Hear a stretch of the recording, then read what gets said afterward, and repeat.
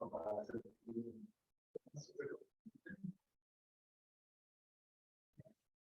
vamos a continuar con la presentación de Carmen Mendoza. Buenos días. El título de mi investigación es Factores y efectos de la inversión extranjera directa en I+D en países emergentes en el sector farmacéutico para el periodo de 2000 a 2020. Por favor. A manera de recapitular un poco lo que es mi investigación, el objetivo general es explicar qué factores influyen en la inversión extranjera directa en investigación y desarrollo para el sector farmacéutico en países emergentes y los efectos de estas para las firmas locales. La pregunta de investigación central y su hipótesis es: ¿por qué motivos las firmas farmacéuticas transnacionales deciden invertir en I+D en plantas filiales de países emergentes? La hipótesis que planteamos es que las firmas farmacéuticas transnacionales deciden invertir en I+D en plantas filiales de economías emergentes al buscar optimizar recursos y aprovechar tanto las capacidades científicas y tecnológicas como las condiciones institucionales y de mercados que les favorecen. Ahora, los compromisos que se plantearon en el trimestre anterior fueron comenzar con la elaboración del capítulo 1, que corresponde al marco teórico conceptual, y también comenzar con la búsqueda y la recopilación de datos. Ambos se realizaron en este trimestre, pero el avance que se entregó a la comisión consiste en la primera parte del capítulo 1, que consiste en los primeros dos temas, que es inversión extranjera directa e inversión extranjera directa ya enfocada en I+D.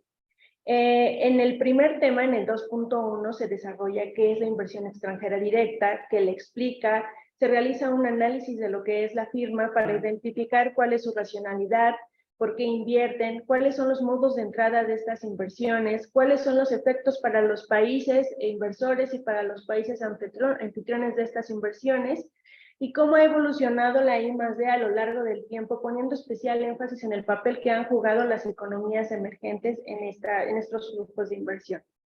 En el segundo gran tema, que es el de I+D, inversión extranjera directa en I+D, se desarrolla en qué consiste este tipo de inversión, por qué es importante, se describe lo que es en qué consiste la internacionalización de la I+D, cómo se clasifica la I+D de los países, cuáles son los factores que determinan la deslocalización de esta I+D, y cuál ha sido el papel y cuál es recientemente el papel de las economías emergentes en el panorama de innovación global.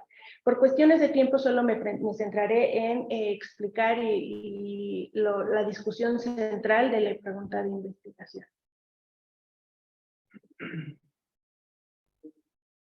Ok, el primer tema es la inversión extranjera directa y queremos analizar cuáles son los determinantes. Se realizó una revisión de los distintos enfoques teóricos que abordan las motivaciones, las causas y la naturaleza de la inversión extranjera directa. Iniciamos con el modelo Herschel-Ohlin, de imperfecciones en los mercados, la diferenciación del producto, el ciclo de vida del producto de Vernon, la internalización, el paradigma ecléctico Ohlin, la nueva teoría del comercio y por último el enfoque institucional, que es como relativamente el más nuevo. En ambos se hizo el trabajo de tratar de identificar cuáles eran los determinantes que para cada uno de los principales autores, que son considerados en algunos casos como clásicos, son como los aspectos más relevantes. Y entonces aquí salieron a la luz factores como la infraestructura, economías de escala, capital humano, y han ido evolucionando a lo largo del tiempo, y siempre cada enfoque ha ido retomando parte de los enfoques anteriores para ir complementando el estudio. También se discute y se desarrolla por qué invierten las empresas transnacionales. Y aquí es importante señalar que la inversión extranjera directa puede estar impulsada por múltiples motivaciones que se pueden complementar entre sí y que pueden ir cambiando a lo largo del tiempo dependiendo de las estrategias de las empresas. Sin embargo, a través de la revisión y de la investigación de literatura, las logramos clasificar en cuatro grandes apartados. El primero consiste en la búsqueda de recursos, y aquí las inversiones son generalmente verticales y las empresas transnacionales lo que buscan es el acceso a proveedores, mano de obra y recursos naturales. En la búsqueda de mercado, las empresas transnacionales identifican y explotan nuevos mercados para introducir sus productos, y esta motivación requiere de una fácil expansión de la producción y también de economías de escala. Para la búsqueda de eficiencia, las empresas transnacionales tienen que reestructurar sus inversiones para lograr una asignación eficiente de sus recursos y también pueden perseguir una especialización que les permita beneficiarse de las diferencias de los precios de los productos en los países en los que incursionan. Y finalmente, en la búsqueda de activos y capacidades estratégicas, esto impulsa a las empresas transnacionales a realizar operaciones estratégicas para mantener su posición competitiva de mercado. Entonces, ellas pueden realizar adquisiciones de activos de firmas locales clave que ya están establecidas, pueden adquirir capacidades locales, incluida la I+D, conocimiento y capital humano. La siguiente.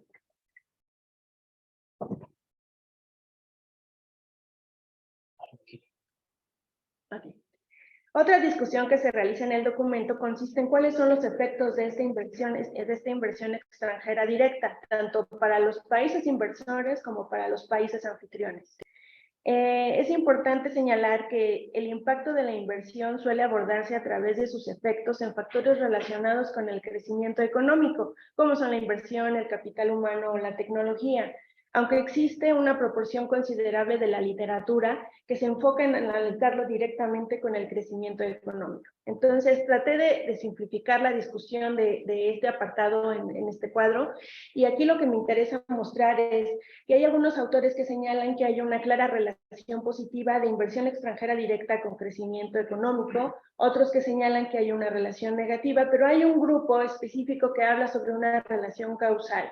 Los primeros argumentan que a mayor inversión extranjera directa hay mayor nivel de crecimiento, otro grupo señala que a mayor nivel de crecimiento hay mayor inversión extranjera directa, y por último hay un grupo que señala una dirección bidireccional. Aquí es importante señalar que el nexo entre crecimiento económico e inversión extranjera directa es sensible a las características específicas de cada país. Y también es preciso señalar que la discusión no es concluyente. Aquí todavía sigue habiendo un debate sobre qué es primero, qué origina qué. Ahora, en los efectos para los países inversores, generalmente en la literatura se observa que son positivos, y ya desglosándolos un poco más de lo que es crecimiento económico, señalan que hay beneficios para la integración global para el comercio en los países, que hay mejoras en la tecnología, que hay mejoras en los flujos de capital, en la eficiencia y en la inversión interna. Por la otra parte, para los efectos para los países que son destinos de estas inversiones, también señalan efectos positivos en el empleo, en la capacitación de trabajadores, que existe transferencia de conocimiento y habilidades, en tecnología y productividad. No obstante, hay un grupo de autores que señala que también se pueden generar efectos adversos de esta inversión extranjera directa que están relacionados y que pueden causar diferenciales salariales, un desarrollo desequilibrado de las industrias, incluso desplazamiento de empresas, siempre en favor de las empresas extranjeras y en detrimento de las empresas locales.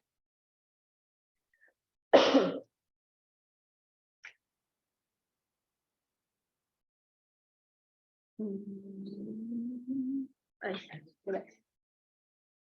Ahora, en el segundo tema, que ya es específicamente la inversión extranjera directa en I+D, la discusión central de este apartado consiste en identificar cuáles son los factores que determinan la deslocalización, y los dividimos en dos grandes apartados. El primero consiste en los determinantes relacionados con las empresas transnacionales, que pueden ser las características propias de cada una de las empresas y las estrategias que estas empresas tengan para sus fines de inversión.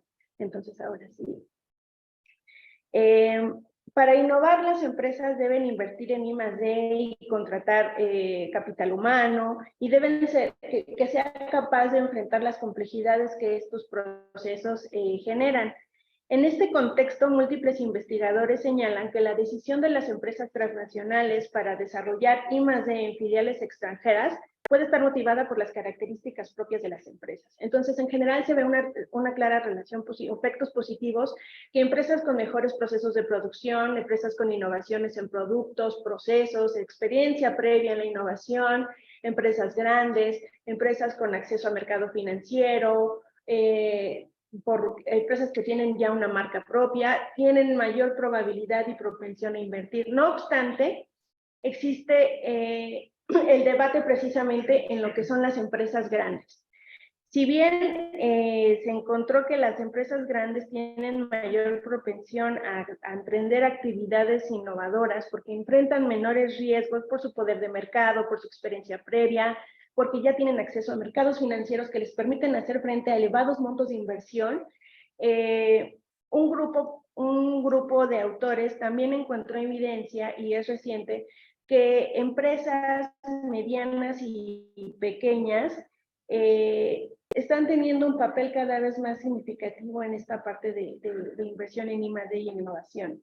Estas empresas crean productos altamente especializados o que son considerados de nicho, que les proporcionan un poder de mercado relativamente alto en estos sectores, en estos segmentos. Y que a diferencia de sus contrapartes, o sea, sus empresas grandes, sus ventajas surgen de una tecnología ya patentada, de una gestión flexible, que una empresa ya grande y establecida tiene algunas dificultades o procesos burocráticos muy rígidos que no le permiten hacer cambios. Estas empresas tienen esa posibilidad de ajustar sus estrategias o su organización interna para enfrentar lo que necesiten modificar. También señalan estos autores que a diferencia de las empresas grandes, estas empresas, las pequeñas y las medianas, suelen introducir innovaciones radicales, mientras que las empresas grandes generalmente son innovaciones incrementales que les permite salvaguardar sus ganancias. Entonces, el debate en las características de las empresas giró en torno a eso, que sí se requieren algunas de esas características, y un pequeño grupo, bueno, no tan pequeño, de autores señala que las empresas medianas y pequeñas también están jugando un papel central en este tema. Siguiente.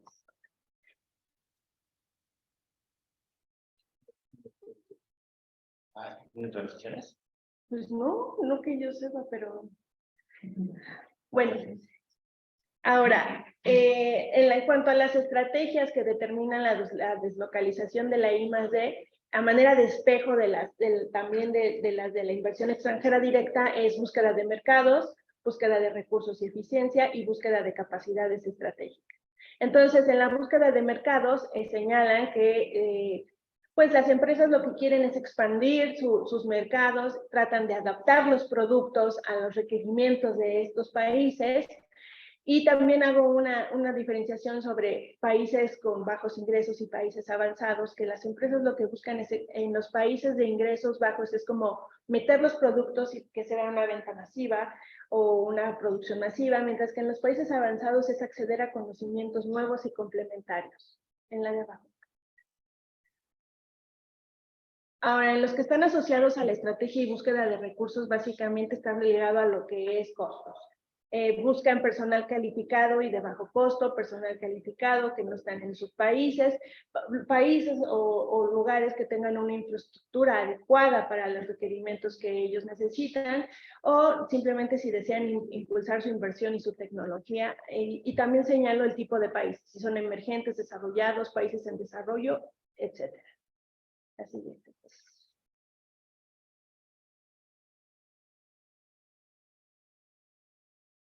Finalmente, otra estrategia es la búsqueda de conocimientos. Aquí los autores señalan que algunas empresas deciden ubicar sus centros de I+D en lugares que cuenten con clústeres o centros de investigación de excelencia, que tengan capital humano altamente especializado, no solo que sea barato, que tengan una especialización ya específica en alguna rama, que tengan acceso a conocimientos y de ramas. Sin embargo, un grupo también aquí señala que no necesariamente el asegurar un entorno científico favorable por sí mismo asegura que las empresas van a meter ahí sus inversiones en I+D.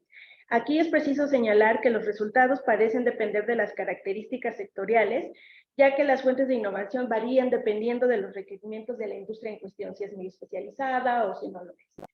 También se encontró evidencia de que las derramas de conocimiento de fuentes externas se identificaron como un factor crítico que influye en la propensión de las empresas para decidir invertir en I+D en países en filiales extranjeras. La siguiente. Ahora, el otro gran bloque es, una parte fueron las características propias de las empresas y sus estrategias, y ahora la otra parte son las características específicas de los países anfitriones. Aquí los autores señalan que, que el principal tema o el más estudiado ha sido el tamaño de mercado del país anfitrión, que haya disponibilidad de recursos, que haya apertura comercial o políticas que le incentiven, que haya, se ve una relación negativa con inestabilidad macroeconómica, buscan que haya un desarrollo de infraestructura adecuado a sus necesidades, y entorno competitivo en los estudios que analicé resultó no tener un efecto significativo.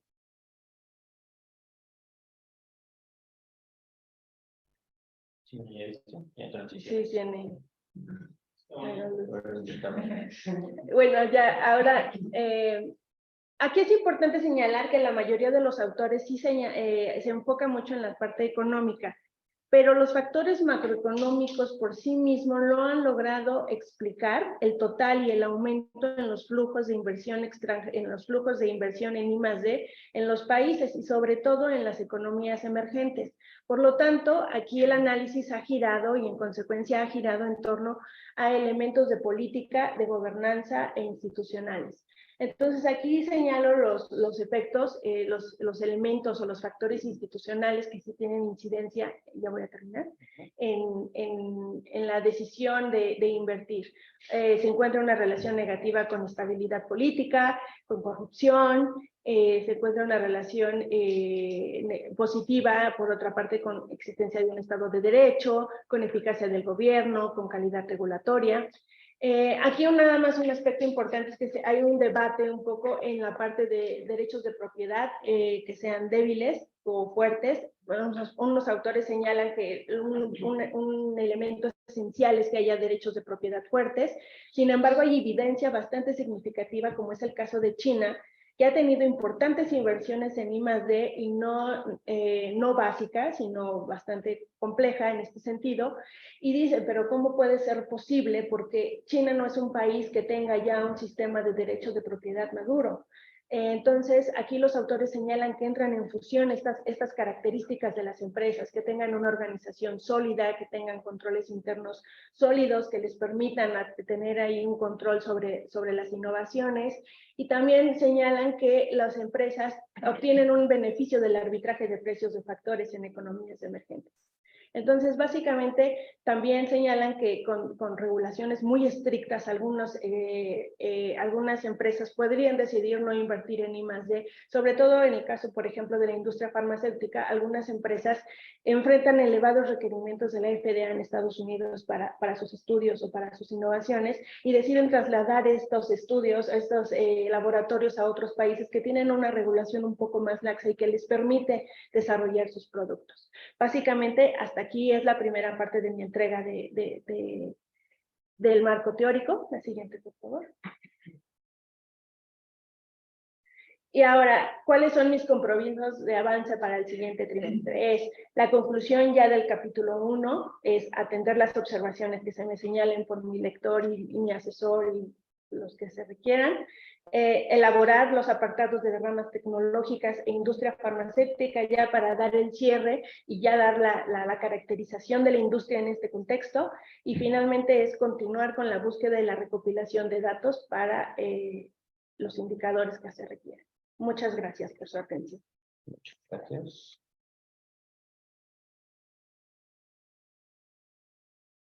Hay que terminar porque no está tu lectora especializada. ¿Me pasó mucho? 25%. Oh, por Dios. Bueno, vamos a darle a voz al estudiante lector, Iván Magnete. ¿No te mandó los comentarios la lectora? No. Bueno, Adelante, me parece un buen esfuerzo el que realiza Carmen. En general, el documento corresponde, como expuso la compañera, al desarrollo del marco teórico. Yo lo comprendí en 3 niveles de desarrollo, ¿no? Primero, una ruta conceptual para definir conceptos que vas a utilizar en tu tesis, en demostrar tu hipótesis, tus preguntas. lo que es la inversión extranjera directa, las razones que explican a la inversión extranjera directa, qué es una empresa transnacional, ¿no? Cuál es la racionalidad que tiene una empresa transnacional, el contexto de sus decisiones de inversión. Y segundo, yo detecté, ¿no?, otro nivel que es como el vínculo histórico del desarrollo de la inversión extranjera directa en la literatura que investigaste y cómo se relaciona con la inversión y el desarrollo. Aquí se retoma también esta cuestión de la internalización del conocimiento, ¿no? Se empieza a definir, ¿no?, también, y se construye un posible desarrollo empírico e histórico, ¿no? Por último, yo lo realizaría en un tercer nivel, ya la construcción de la recopilación bibliográfica que vas a retomar para reconocer los factores, ¿no?, para la toma de decisión de inversión, pero bueno, aquí yo lo que noté es eso, ¿no?, que tienen una constante empírica, ¿no?, de resultados empíricos, y por eso es que yo lo ubicaría en 3 niveles, ¿no?, de método para desarrollar este marco teórico, y aquí retomas esta cuestión, ¿no?, de la localización geográfica y de cómo se relaciona, ¿no?, con la empresa transnacional, le pones más énfasis a esta cuestión de la localización, y en general para mí cumple con los objetivos que te propusiste. Sé que aún vas a continuar con este capítulo, pero creo que hasta ahora cumple con los objetivos y nomás tendría una sugerencia, ¿no?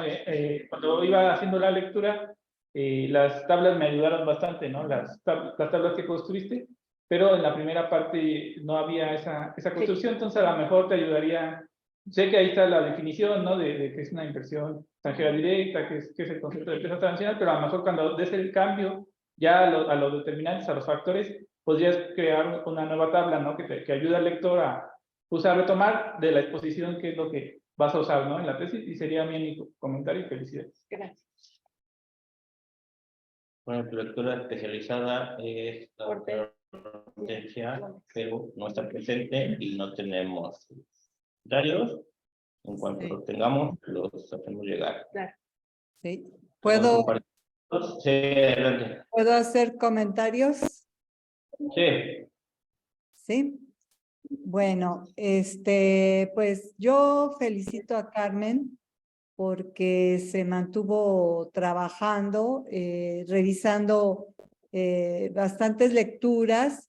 Finalmente, en una investigación doctoral, lo que se tiene que hacer más en economía, a diferencia de otros posgrados que hay que estar en los laboratorios, aquí es leer, leer y leer. Entonces, digamos, esa es una parte, identificar aquellos artículos, aquellos libros que estén justamente abordando el problema de investigación que se plantea en la tesis. Entonces, creo que Carmen empezó por entender los factores que hacen que las empresas transnacionales decidan hacer inversión extranjera directa y después, porque no todas lo hacen, en investigación y desarrollo.